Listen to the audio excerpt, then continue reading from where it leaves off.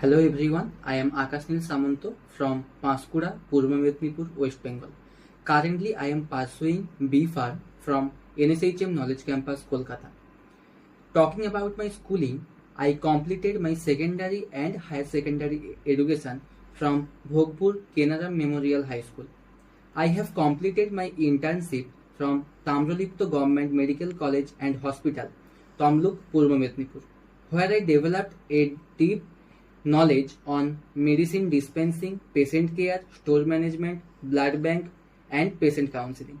Apart from my academics, I have participated in workshops, seminars, and enhanced my research work, communication, and teamwork. I enjoyed learning new concepts, staying updated with advancement in pharma field, and applying them in practical ways. In my free time, I listen music, new concepts, and self-improvement activity. My strengths are that I am hardworking, consistent, and self-motivated. I always try to improve every day. My weakness is that I am an overthinker, but I am working on managing it better.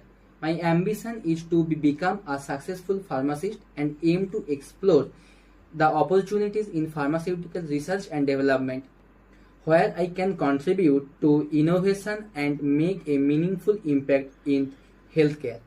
That's all about me. Thank you.